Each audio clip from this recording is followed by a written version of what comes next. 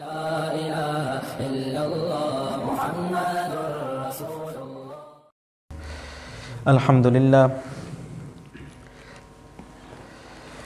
الحمد للہ وکفا والصلاة والسلام علی سید الرسل وخاتم الانبیاء اما بعد فاعوذ باللہ من الشیطان الرجیم بسم اللہ الرحمن الرحیم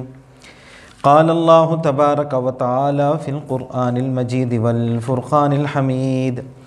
یا بنی اسرائیل اذکروا نعمتی التی انعمت علیکم وَأَنِّي فَضَّلْتُكُمْ عَلَى الْعَالَمِينَ صدق اللہ العظیم۔ قبل سے تکریم معزز و مکرم سامعین، سورۃ البقرہ آیت نمبر 47 آپ لوگوں کے سامنے تلاوت کی۔ اس سے پہلے رکوع کے اندر رب ذوالجلال نے بنی اسرائیل کے اوپر کیے جانے والے انعامات، پھر ان کو کچھ اوامر کچھ نواہی اجمالاً بیان فرمائے۔ اس آیت کریمہ سے اور اس رکوع کی ابتدا سے اللہ تبارک و تعالی ان انعامات کو قدر تفصیلاً بیان فرما رہے ہیں۔ یا بنی اسرائیل، اے بنی اسرائیل، اذکروا، یاد کرو، نعمتی، میری نعمتوں کو، التی، وہ انعامات، وہ نعمتیں، انعمتو، جو میں نے انعام کی، علیکم، تمہارے اوپر، وَأَنِّي فَضَّلْتُكُمْ عَلَى الْعَالَمِينَ، اور میں نے تمہیں فضیلت عطا فرمائی، علی العالمین، جہان والوں کے اوپر۔ اسرائیل عبرانی یا سریانی زبان کا لفظ ہے۔ سیدنا یعقوب علیہ السلام کا ایک قول کے مطابق دوسرا نام اور ایک قول کے مطابق ان کی کنیت ہے۔ اسرائیل دو الفاظ کا مجموعہ ہے، ایک اسرا اور ایک ایل۔ اسرا کا معنی ہوتا ہے عبد، بندہ، ایل کا معنی ہوتا ہے اللہ۔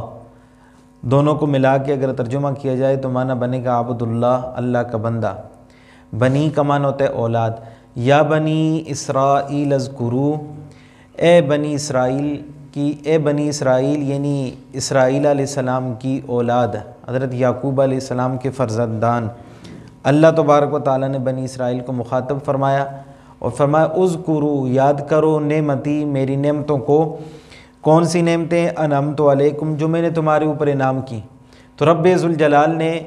بحیثیت انسان ہونے کے تو ہر ایک کے اوپر انعامات کیے ہی کیے، لیکن بنی اسرائیل کے اوپر رب ذوالجلال نے اس دور کے حساب سے کچھ خاص انعامات نازل فرمائے تھے۔ ان میں کچھ باطنی انعامات بھی تھے، کچھ ظاہری انعامات بھی تھے۔ باطنی انعامات سے مراد وہ والے انعامات جن سے انسان کا باطن سنور جاتا ہے اور انسان راہ ہدایت کے اوپر آ جاتا ہے۔ ظاہری انعامات سے وہ والے انعامات مراد جو انسان کی ضروریات زندگی کو پورا کرنے کے لیے مال و اسباب، عہدہ، حکمرانی وغیرہ۔ حضرت موسیٰ علیہ السلام نے اپنی قوم کو خطاب کر کے فرمایا تھا، رب ذوالجلال نے بیان فرمایا، اذ قال موسیٰ لقومہ یا قوم اذکروا نعمت اللہ علیکم، کہ اے بنی اسرائیل، یاد کرو اللہ تبارک و تعالیٰ کے انعامات کو۔ اذ جعل فیکم انبیاء وجعلکم ملوکا، کہ اللہ تبارک و تعالیٰ نے تمہارے درمیان انبیاء کو بھی پیدا فرمایا اور تمہارے درمیان اللہ تبارک و تعالیٰ نے بادشاہوں کو بھی پیدا فرمایا۔ تو یہ ظاہراً اور باطناً دونوں انعامات اللہ پاک نے موسیٰ علیہ السلام کی زبان سے بنی اسرائیل تک پہنچا دیے تھے، کہ اللہ پاک نے بنی اسرائیل کے اندر باطن کو سنوارنے کے لیے جو انعامات نازل فرمائے وہ انبیاء کی صورت میں، کہ اللہ پاک نے بنی اسرائیل کے اندر کم و بیش 4000 انبیاء کرام مبعوث فرمائے ہیں۔ کسی قوم کے اندر ایک نبی بھی آ جائے تو ان کا سر فخر سے بلند ہو جاتا ہے کہ ہماری قوم کے اندر ایک نبی آئے۔ تو جس قوم کے اندر ان کی ذریت کے اندر 4000 انبیاء کرام آئے ہوں تو ان کے فخر کا کیا عالم ہوگا، وہ کتنے خوش قسمت لوگ تھے۔ پھر آسمانی کتب کو دیکھا جائے تو بڑی 4 آسمانی کتابیں جو مشہور و معروف ہیں، تورات، زبور، انجیل اور قرآن، ان میں سے پہلی تینوں کی تینوں بنی اسرائیل ہی کے انبیاء کے اوپر نازل ہوئی تھیں۔ گویا آسمانی کتابیں بھی جو مشہور و معروف 3 ہیں اور بہت سارے صحیفے جو تو ان گنت ہیں، وہ بھی اللہ تبارک و تعالیٰ نے بنی اسرائیل کو عطا فرمائے، اور انبیاء کرام بھی کثرت کے ساتھ بنی اسرائیل کے اندر رب ذوالجلال نے مبعوث فرمائے، یہ باطن کو سنوارنے کے لیے تھا۔ پھر ظاہر کو سنوارنے کے لیے اللہ تبارک و تعالیٰ نے ملوکہ بادشاہوں کو بھی اللہ پاک نے بنی اسرائیل کے اندر کثرت کے ساتھ پیدا فرمائے۔ سیدنا یوسف علیہ السلام اللہ تبارک و تعالیٰ نے نبوت کے ساتھ ساتھ بادشاہت عطا فرمائی۔ سیدنا داؤد علیہ السلام خلیفۃ اللہ فی الارض کا خطاب دینے کے بعد اللہ تبارک و تعالیٰ نے ان کو وقت کا نبی اور وقت کا بادشاہ بھی بنایا۔ انہی کے بیٹے سلیمان علیہ السلام اللہ تبارک و تعالیٰ نے عجیب و غریب قسم کی عالی شان بادشاہت بھی ان کو نصیب فرمائی۔ تو یوں اللہ تبارک و تعالیٰ نے بنی اسرائیل کے اندر انبیاء بھی بھیجے اور بادشاہ بھی بھیجے۔ یہ تو کچھ انبیاء تھے، اس کے علاوہ اولیاء، صلحاء، بادشاہ، نیک صالح بادشاہ بھی کثرت کے ساتھ بنی اسرائیل کے اندر آئے۔ تو اللہ تبارک و تعالیٰ انہیں یہ انعامات یاد کروا رہے کہ ان انعامات کو یاد کرو اور یاد کر کے میرا شکر بجا لاؤ اور میرے نبی آخر الزمان حضرت محمد مصطفیٰ صلی اللہ علیہ وآلہ وسلم کے اوپر ایمان لے آؤ۔ پھر اللہ تبارک و تعالیٰ انہیں ارشاد فرما رہے ہیں انی فضلتکم علی العالمین، کہ بے شک میں نے تمہیں عالمین کے اوپر، باقی جہان والوں کے اوپر ایک خاص شان، ایک خاص فضیلت عطا فرمائی ہے۔ تو بنی اسرائیل کے اوپر اللہ تبارک و تعالیٰ نے خاص شان، بنی اسرائیل کو باقی اقوام کے اوپر اللہ پاک نے خاص شان، خاص فضیلت عطا فرمائی۔ عالمین سے مراد اقوام عالم ہے، انسانیت کے اندر جو قومیں بنی ہوئی ہیں وہ والی قومیں مراد ہیں۔ باقی انسانوں کے اندر، انسانوں کو تو رب ذوالجلال نے باقی چیزوں کے اوپر فضیلت دی ہوئی ہے کہ اللہ تبارک و تعالیٰ نے خود ارشاد فرما دیا کہ خلق لکم ما فی الارض جمیعا، جو کچھ بھی زمین کے اندر ہے وہ سارے کا سارا کچھ اے انسانوں تمہارے لیے بنایا ہوا ہے۔ تو انسانوں کو تو باقی چیزوں کے اوپر فضیلت تھی، لیکن یہاں پہ جو فضیلت مراد ہے وہ اقوام عالم کے اندر انسانوں کی جو قومیں تھیں ان قوموں کے اندر اللہ پاک نے بنی اسرائیل کو ایک خاص شان، ایک خاص فضیلت عطا فرمائی تھی کہ اللہ تبارک و تعالیٰ نے انہیں باقی قوموں کے اعتبار سے خاص شان، خاص فضیلت عطا فرمائی کہ موسیٰ علیہ السلام کا وہی فرمان جو قرآن کریم کا حصہ بھی ہے کہ موسیٰ علیہ السلام نے فرمایا بنی اسرائیل اللہ کے انعامات کو یاد کرو، اذ جعل فیکم انبیاء وجعلکم ملوکا، کہ اللہ تبارک و تعالیٰ نے تمہارے درمیان انبیاء بھی بھیجے، تمہارے درمیان بادشاہوں کو بھی بھیجا۔ ما لم یؤت احدا من العالمین، جہان کے اندر اور جتنی بھی قومیں اس وقت تک ہیں، موسیٰ علیہ السلام فرما رہے ہیں کہ ما لم یؤت احدا من العالمین، اللہ پاک نے باقی اقوام کو یہ والی نعمتیں عطا نہیں فرمائیں جو نعمتیں تمہیں عطا فرما دیں۔ تو واقعتاً اس دور کے اعتبار سے بنی اسرائیل کو خاص شان، خاص فضیلت رب ذوالجلال نے عطا فرمائی تھی، لیکن اس کا مطلب ہرگز یہ نہیں کہ عالمین کے اندر امت محمدیہ بھی داخل ہے اور امت محمدیہ سے بھی ان کو فضیلت حاصل ہے، نہیں، بلکہ امت محمدیہ صلی اللہ علیہ وآلہ وسلم کی فضیلت قرآن کریم سے، شریعت محمد رسول اللہ صلی اللہ علیہ وآلہ وسلم سے مسلم ہے۔ کنتم خیر امت اخرجت للناس تأمرون بالمعروف وتنہون عن المنکر، کہ اللہ پاک نے اس امت کو خیر الامم کا خطاب دے دیا۔ دنیا کے اعتبار سے بھی یہ خیر ہے، بلائی ہے، اور آخرت کے اعتبار سے بھی یہ بہترین امت ہے۔ جس طرح محبوب خدا محمد رسول اللہ صلی اللہ علیہ وآلہ وسلم تمام کے تمام انبیاء کے سردار ہیں، اسی طرح یہ امت تمام کی تمام امتوں کی سردار ہے۔ جس طرح محبوب خدا محمد رسول اللہ صلی اللہ علیہ وآلہ وسلم سے پہلے کوئی نبی جنت کے اندر داخل نہیں ہو سکتا یہاں تک کہ اللہ کے نبی جنت میں داخل ہوں گے، پھر باقی نبیوں کو جنت کے اندر داخلی کی اجازت ملے گی۔ بینی اسی طرح جب تک کہ امت محمدیہ کی جنتی لوگ جنت میں داخل نہ ہو جائیں، باقی کسی امت کے کسی فرد کو جنت میں دخول کی اجازت نہیں ہوگی۔ تو اس اعتبار سے دنیاوی اور اخروی اعتبار سے اللہ پاک نے اس امت کو ایک خاص شان، خاص فضیلت عطا فرمائی ہے۔ تو اللہ تبارک و تعالیٰ نے بنی اسرائیل کو نعمتیں یاد کرمائیں، ان کی فضیلت کو بیان فرمایا، پھر ان کو قیامت کے احوال تھوڑے سے بتلائے کہ اگر تم نہیں مانو گے تو نہ ماننے والوں کی کیفیات قیامت والے دن کیسی ہوں گی، وہ کچھ جھلک تھوڑی سی رب ذوالجلال نے بیان فرمائی۔ اس دن سے ڈرو، واتقوا، اور ڈرو، یومن، اس دن سے، لا تجزی نفس، جس دن کوئی انسان کفایت نہیں کرے گا، کوئی انسان دوسرے کا ضامن نہیں ہوگا، عن نفس، کسی بھی انسان کا، شیئن، کچھ بھی، یعنی کوئی انسان دوسرے انسان کو کچھ بھی فائدہ نہ دے گا، ولا یقبل منہا شفاعۃ، اور نہ قبول کی جائے گی اس جہنم کے اندر جانے والے کافر سے شفاعۃ، کوئی بھی اس کی سفارش،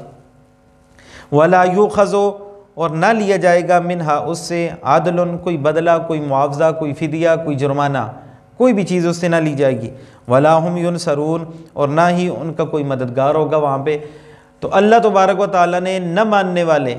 ایمان کا انکار کرنے والے کفار کی کیفیت جو جہنم روز قیامت ہوگی، اللہ پاک نے اس کی کچھ جھلک بیان فرمائی کہ جو لوگ ایمان سے خالی دنیا سے چلے گئے تو اس دن کے اندر کوئی بھی انسان ان کا ضامن نہیں ہوگا۔ سب سے پہلی چیز کہ ان کی ضمانت اٹھانے والا کوئی بھی نہیں ہوگا، وَلَا تَزِرُ وَازِرَةٌ وِزْرَ أُخْرَى، کوئی بھی کسی کا بوجھ نہیں اٹھائے گا، ہر ایک نے اپنا اپنا بوجھ اٹھانا ہے۔ اور دن وہ کیسا ہوگا، یوم یفر المرء من اخی و امہ و ابی و صاحبتہ و اخی، وہ ایسا دن ہوگا جس دن بھائی بھائی سے بھاگ رہا ہوگا، نفس نفسی کا لکل امرئ منہم یومئذ شأن یغنی، ہر بندہ اپنی اپنے پریشانی کے اندر گم ہوگا، نفس نفسی کا عالم ہوگا۔ ایسے دن کے اندر کوئی کسی دوسرے کا پرسان حال نہیں ہوگا، کوئی کسی سے خیریت دریافت بھی نہیں کرے گا۔ تو کفار ہوں گے، ان کی ضمانت اٹھانے والا اس دن کے اندر کوئی بھی نہیں ہوگا۔ اور دوسری بات رب ذوالجلال نے بیان فرمائی، وَلَا يُقْبَلُ مِنْهَا شَفَاعَةٌ، اور کوئی بھی ان کی شفاعت نہیں کرے گا، ان کے حق کے اندر کوئی بھی شفاعت، سفارش قبول نہیں کی جائے گی۔ ویسے تو اہل ایمان کے حق کے اندر سفارش قبول ہوگی، حفاظ اکرام کی سفارش اہل ایمان کے حق میں قبول ہوگی، قراء علماء کی سفارشیں قبول ہوں گی، شہداء کی ہوں گی، سخیوں کی ہوں گی، پھر اللہ کے نبی کی ہوگی، اور تمام کی تمام امت کے حق میں ہمارے نبی سفارش فرمائیں گے، ہمارے حق کے اندر رب ذوالجلال انشاءاللہ اس سفارش کو قبول فرمائیں گے، وہ سفارشیں ہوں گی انشاءاللہ۔ لیکن جو بندہ دنیا سے کفر کی حالت میں چلا گیا، اس کے حق کے اندر کوئی بھی سفارش نہیں ہوگی۔ یاد رکھیں سفارش وہی ہوگی من ذا الذی یشفع عندہ الا باذنہ، کہ رب ذوالجلال جس سفارش کی اجازت دے دیں گے، اور جس نے اللہ کا انکار کر لیا، اللہ کے دین کا انکار کر لیا، اللہ تبارک و تعالیٰ اس کے حق میں سفارش کی کبھی بھی اجازت نہیں دیں گے۔ تو اس کے حق میں سفارش کی اجازت نہیں ہوگی تو پھر سفارش کیسے ہوگی؟ اسی طرح وَلَا يُؤْخَذُ مِنْهَا عَدْلٌ، اور اس سے کوئی بھی جزیہ، فدیہ یا جرمانہ وصول نہیں کیا جائے گا، کہ جو دنیا سے کفر کی حالت میں چلا گیا، ان الذین کفروا وماتوا وہم کفار،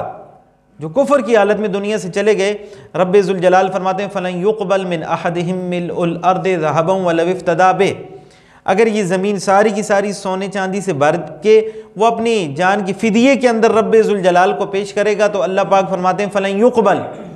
ہم اس کو قبول نہیں فرمائیں گے۔ پہلے تو اتنا سونا چاندی، اتنے ہیرے زیورات کسی کے پاس موجود ہی نہیں ہوں گے روز قیامت، لیکن اللہ پاک مثال دے کے بتلا رہے ہیں کہ اگر یہ پوری کی پوری زمین سونے اور چاندی سے بھر کے کوئی اپنی جان کی فدیے کے اندر دے دے کہ یہ ربا مجھ سے قبول فرما لو اور میری جان کو چھوڑ دو، تو اللہ پاک فرماتے ہیں فَلَن يُقْبَلْ، اس سے قبول نہیں کی جائے گی۔ اور وَلَا هُمْ يُنصَرُونَ، کوئی بھی ان کا پرسان حال مددگار نہیں ہوگا اس دن کے اندر۔ تو یاد رکھیں کوئی بندہ اگر مجرم ہو، جرم کی حالت میں گرفتار کر لیا جائے تو اس کی چھٹکارے کی عموماً 4 ہی راستے نظر آتے ہیں۔ سب سے پہلا راستہ کہ کوئی ضامن بن جائے، کوئی ضمانت اٹھا لے کہ میں اس کی ضمانت لیتا ہوں، اگر یہ پھر جرم کا ارتکاب کرے گا تو اس کے بدلے کے اندر میں اس کو واپس گرفتار بھی کرواؤں گا، اگر نہیں کروا سکا تو اس کی جگہ میں خود گرفتار ہو جاؤں گا، وہ ضمانت اٹھا لے۔ اور دوسری صورت کہ کوئی بڑا بندہ ہے، کوئی افسر لگا ہوا ہے، کسی اچھے عہدے کے اوپر ہے، تو وہ سفارش کر لے، تو بس اوقات سفارش سے بھی انسان کو چھٹکارا مل جاتا ہے۔ اور تیسری صورت کہ اس سے جزیہ لے لیا جائے، اس سے فدیہ لے لیا جائے، اس سے جرمانہ وصول کر لیا جائے، اس سے خون بہا لے لیا جائے کہ جس کو قتل کیا اس کے بدلے کے اندر اس سے جو خون بہا وصول کیا جائے وہ لے لیا جائے، تو پھر بھی اس کے بری ہونے کی چانسز ہیں۔ چوتھی اور آخری صورت یہ ہے کہ یہ بندہ، اس کے چاہنے والے بہت سارے ہیں، اس سے محبت کرنے والے بہت سارے جو اس کو بے گناہ سمجھتے ہیں،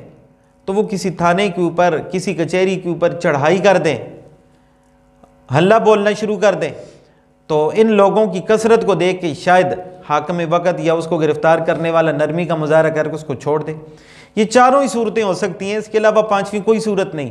تو رب ذوالجلال نے ایمان نہ لا کے دنیا سے کفر کی حالت میں جانے والوں کے لیے ان چاروں کی چاروں رستوں کو بند کر کے فرما دیا کہ پہلے تو اس کے حق کے اندر ضمانت لینے والے کیوں نہیں ہوگا، اور ولا يقبل منها شفاء، اس کے حق کے اندر کوئی سفارش قبول ہی نہیں کی جائے گی، ولا يؤخذ منها عدل، اور اس سے کوئی جرمانہ ہی وصول نہیں کیا جائے گا کہ اس کی جان چھوٹ جائے، ولا هم ينصرون، نہ ہی کوئی اس کے مددگار ہوں گے کہ وہ ہلہ بول لیں، وہ مظاہرہ کر لیں تو اللہ تبارک و تعالی نرمی کا معاملہ فرما دیں، ایسی بھی کوئی بات نہیں ہوگی۔ تو چاروں کی چاروں راستے بند کر کے اللہ پاک نے بنی اسرائیل کو مخاطب کر کے بتلا دیا کہ اس دن سے ڈرو، اتنا خطرناک دن ہے جس دن کے اندر اگر ایمان نہ لایا تو بچنے کی کوئی بھی صورت باقی نہیں رہتی۔ تو اس دن سے رب ذوالجلال نے انہیں ڈرایا تاکہ وہ ایمان کی طرف راغب ہو جائیں۔ پھر اس کے بعد اللہ پاک نے ان کے اوپر کیے جانے والے انعامات کو بیان فرمائے کہ دیکھو تم کتنی پریشانی کے اندر موجود تھے، اللہ تبارک و تعالیٰ نے تمہیں اس پریشانی سے نجات عطا فرمائی۔ دیکھیں وَإِذْ نَجَّيْنَاكُمْ مِنْ آلِ فِرْعَوْنَ، اللہ تبارک و تعالیٰ فرما رہے ہیں یاد کرو اس وقت کو، وَإِذْ جب نَجَّيْنَاكُمْ ہم نے نجات دی، من آل فرعون تم کو، من آل فرعون آل فرعون سے، وہ کیا کرتے تھے تمہارے ساتھ، یسومونکم تمہیں ایذا پہنچاتے تھے، تمہیں تکلیفیں دیتے تھے، اور تکلیفیں بھی کیسی، سوء العذاب سخت قسم کے عذاب کے ساتھ تمہیں تنگ کرتے تھے، تکلیف دیتے تھے۔ یذبحون وہ ذبح کرتے تھے ابناءکم تمہارے بیٹوں کو، ویستحیون اور زندہ چھوڑ دیتے تھے نساءکم تمہاری عورتوں کو، وفی ذالکم اور یہ چیز یعنی اس طرح کا معاملہ ہو جانا بنی اسرائیل کے ساتھ، بلاء آزمائش ہے، من ربکم تمہارے رب کی طرف سے، عظیم بہت بڑی، یعنی ان کے بچوں کو قتل کروا دینا بنی فرعون کے ذریعے، تو یہ ایک بہت بڑی آزمائش تھی بنی اسرائیل کے لیے، اللہ پاک فرما رہے ہیں، اور آزمائش بھی عظیم بڑی آزمائش تھی۔ پھر اللہ پاک فرماتے ہیں وَإِذْ فَرَقْنَا پھر ہم نے پھاڑ دیا بکم تمہارے لیے البحر سمندر کو، فَأَنْجَيْنَاكُمْ پس ہم نے نجات دی تم کو، وَأَغْرَقْنَا اور غرق کیا آل فرعون آل فرعون کو، وَأَنْتُمْ تَنْظُرُونَ اور تم دیکھ رہے تھے۔ تو یہاں اس آیت کریمہ کے اندر رب ذوالجلال بنی اسرائیل کو تکلیف کے اندر مبتلا ہونے والی بات یاد کروا رہے ہیں، پھر اس تکلیف سے نجات دینے والے معاملے کو یاد فرما رہے ہیں کہ میرے اس احسان کو تسلیم کر کے میری بات کو تسلیم کر لو کہ میں رب تمہیں بالکل اس نبی کی اتباع کرنے کا صحیح حکم دے رہا ہوں، اور یہی نبی برحق ہے، اس کے پیچھے چلنے ہی کے اندر کامیابی اور کامرانی ہے۔ فرعون مصر کے جو بادشاہ ہوا کرتے تھے ان کا لقب تھا، مصر کے جو بادشاہ ہوا کرتے تھے اس دور کے اندر ان کا لقب فرعون ہوا کرتا تھا۔ بہت سے فرعون آئے، بہت سے بادشاہ آئے جن کو فرعون، اور وہ نہ ماننے والوں کو زیادہ تر فرعون ہی کہا جاتا تھا اس دور کے اندر۔ مصر کے جو بادشاہ تھے اللہ کا انکار کرنے والے، جس طرح روم کے جو کافر بادشاہ تھے ان کو کیسر کہا جاتا تھا، اور فارس کے جو کافر بادشاہ تھے ان کو کسرا کہا جاتا تھا، حبشہ کے جو بادشاہ ہوا کرتے تھے ان کو نجاشی کہا جاتا تھا، بینی اسی طرح مصر کے اندر جو بادشاہ ہوا کرتے تھے ان کا لقب فرعون ہوا کرتا تھا۔ موسیٰ علیہ السلام کے دور کے اندر جو فرعون تھا اس فرعون کا نام ولید بن مسب، اس کا نام ولید بن مسب کچھ روایات کے اندر آتے ہیں، اور کچھ مفسرین اکرام نے کہا کہ اس کا نام مسب بن ریان تھا۔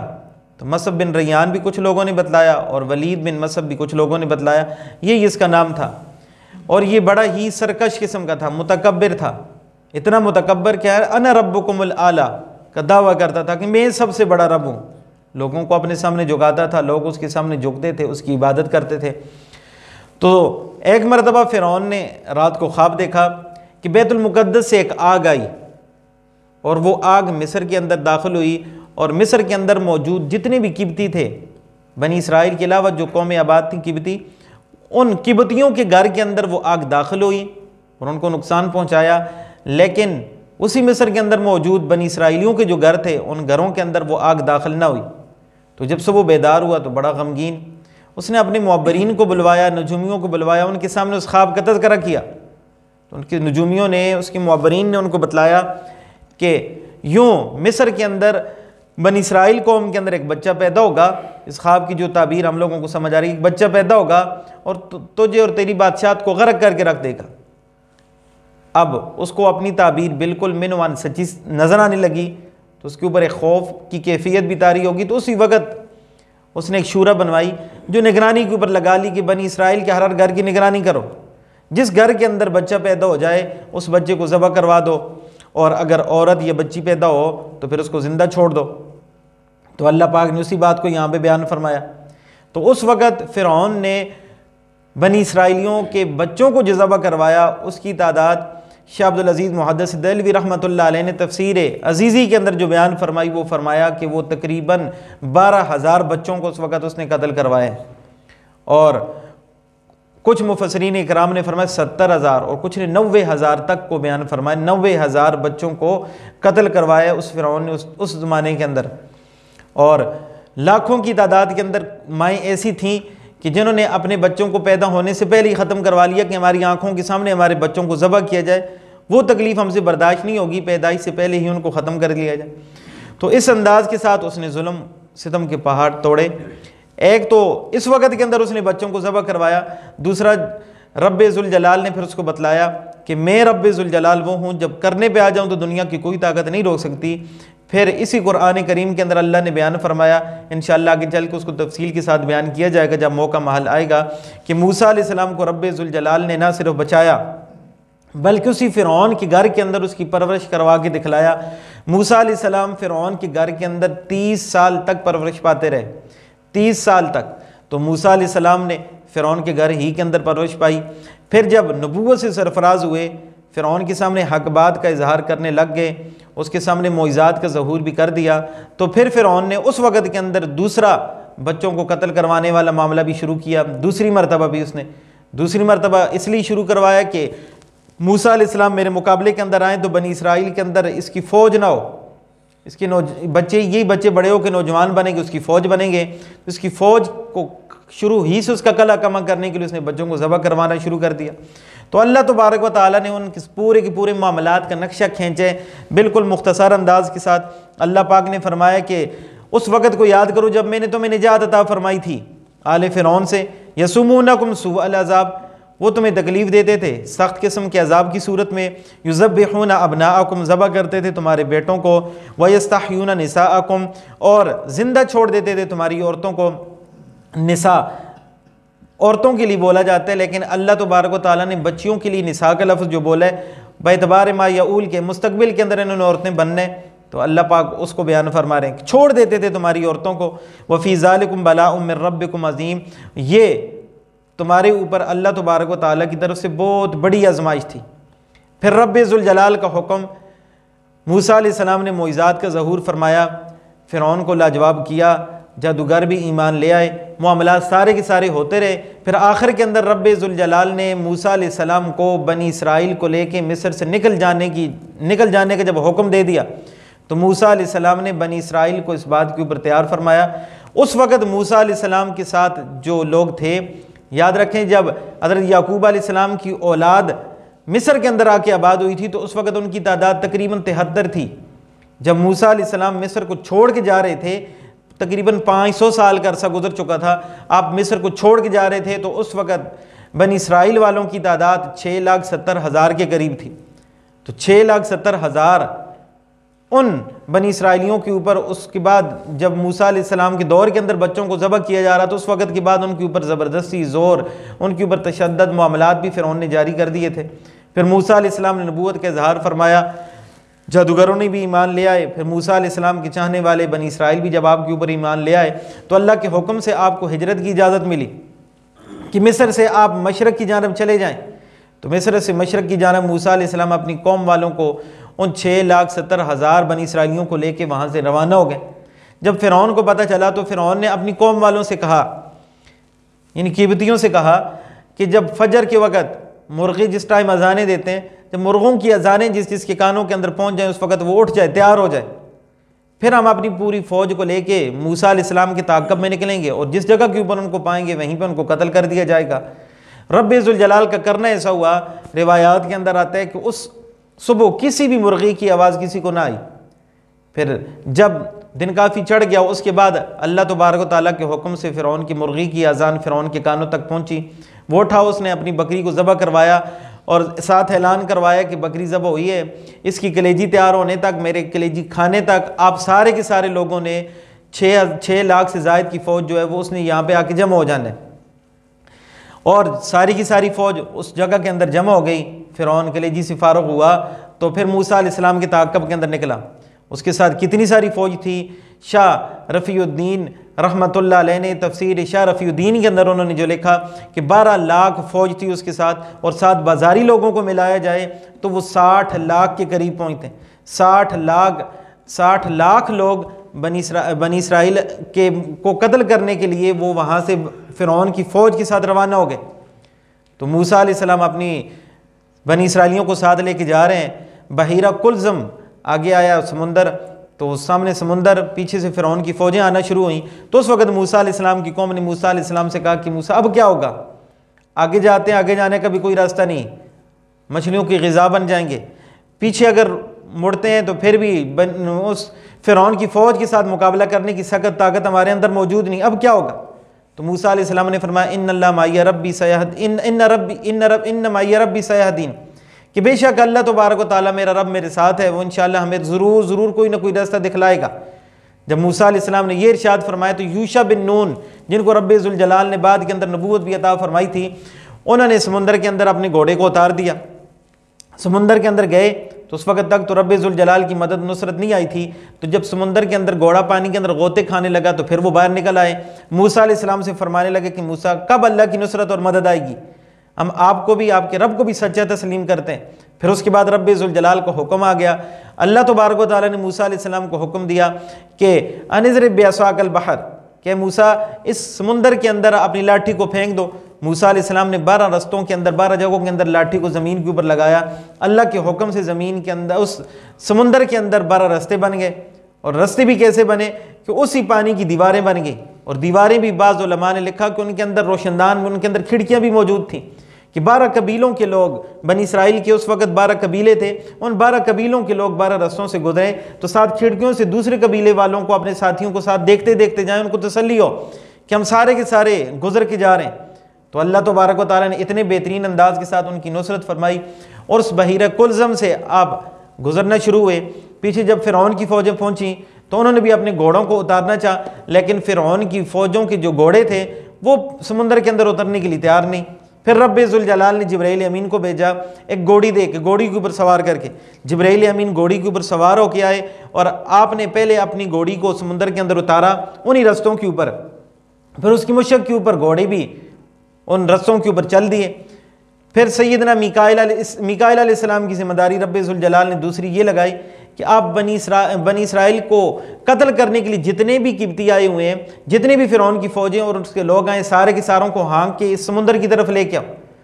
تو وہ 60 لاکھ کے قریب جتنے بھی بنتے تھے، سیدنا میکائیل علیہ السلام نے ان کو ہانکا، ان کو ترغیب دی کہ دیکھو موسیٰ علیہ السلام اور ان کی قوم بھاگے جا رہی ہے، وہاں تک جاؤ۔ تو سارے کے سارے جب سمندر کے اندر پہنچ گئے تو رب ذوالجلال نے پھر سمندر کو حکم دیا، وہ دیواریں ٹوٹیں، جو پانی کی دیواریں بنی ہوئی تھی رب ذوالجلال نے ان کو توڑا، وہ دوبارہ پانی کی شکل اختیار کیے۔ فغشیہم من الیم ما غشیہم، تو پھر انہوں نے پانی کے اندر غوطے کھائے، مرنا اور ڈوبنا جب شروع کیا تو فرعون کو اپنی موت آنکھوں کے ساتھ نظر آئی۔ تو اس وقت اس نے دعویٰ کیا آمنت برب موسیٰ و ہارون، میں موسیٰ اور ہارون کے رب کے اوپر ایمان لاتا ہوں۔ آمنت باللہ، میں اللہ تبارک و تعالیٰ کے اوپر ایمان لاتا ہوں، لا الہ الا اللہ، جو ایسا خدا ہے جس کے ساتھ کوئی بھی شریک نہیں، بنو اسرائیل، جس کے اوپر بنی اسرائیل نے ایمان لے آئے ہیں، میں اس رب ذوالجلال کے اوپر ایمان لاتا ہوں۔ تو رب ذوالجلال نے فرمایا بات تو حقیقت میں ایسی ہے، لیکن اس سے پہلے تو میری نافرمانی اس درجے کی کر چکا ہے، اور ساتھ جب موت آنکھوں کے ساتھ نظر آ جائے، موت کا وقت آ جائے، پھر اس وقت توبہ کے دروازے بند ہو جاتے۔ تو اللہ تبارک و تعالیٰ نے اس کے لیے توبہ کے دروازے تو بند کر دیے تھے، لیکن اللہ پاک نے فرمایا فَالْيَوْمَ نُنَجِّيكَ بِبَدَنِكَ لِتَكُونَ لِمَنْ خَلْفَكَ آیَةً، تیرے لیے معافی تو ختم ہو چکی، لیکن فَالْيَوْمَ نُنَجِّيكَ بِبَدَنِكَ، آج کے دن کے اندر تیرے بدن کو آزاد کر دیا جائے گا، تیرے بدن کو نجات دے دی جائے گی۔ فَالْيَوْمَ نُنَجِّيكَ بِبَدَنِكَ لِتَكُونَ لِمَنْ خَلْفَكَ آیَةً، تاکہ پیچھے جو آنے والی لوگ ہیں، آنے والی قومیں ہیں، قیامت تک جو لوگ پیدا ہوں گے ان کے لیے تو عبرت بن جائے۔ تو سمندر نے فرعون کی لاش کو باہر نکال کے پھینک دیا اور اس کو محفوظ کر لیا گیا، اور آج بھی عجائب خانے کے اندر وہ محفوظ و مامون ہے، لیکن غدواً و عشیّاً، صبح و شام اس کے اوپر عذاب کے فرشتے مسلط ہوتے ہیں، اس کو عذاب ہو رہا ہے، لیکن اس کی کیفیت کیا ہے، کس انداز کے ساتھ اس کو محسوس ہوتا ہے، وہ رب ذوالجلال ہی جانتے ہیں، وہ عالم برزخ کی معاملات علیحدہ جہان، علیحدہ چیزیں۔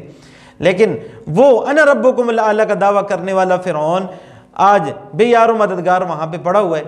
اور فرشتے اس کے ساتھ جو کچھ معاملات کر رہے ہیں عذاب کے، وہ رب ذوالجلال ہی کی ذات گرامی جانتی ہے۔ تو ان پورے کے پورے معاملات کو رب ذوالجلال نے بنی اسرائیل کو یاد کروایا، کن چیزوں کو یاد کرو، کس انداز کے ساتھ اس ظالم جابر سے تمہیں نجات دی، اور وَأَغْرَقْنَاهُمْ، ان کو غرق ہم نے کر دیا۔ تو اللہ تبارک و تعالیٰ نے ان کو غرق کیا۔ اس بات کو بیان کیا وَإِذْ فَرَقْنَا بِكُمُ الْبَحْرَ، جب ہم نے پھاڑ دیا تمہارے لیے سمندر کو، فَأَنْجَيْنَاكُمْ، پس تمہیں نجات عطا فرمائی، وَأَغْرَقْنَا، اور غرق کیا ہم نے آل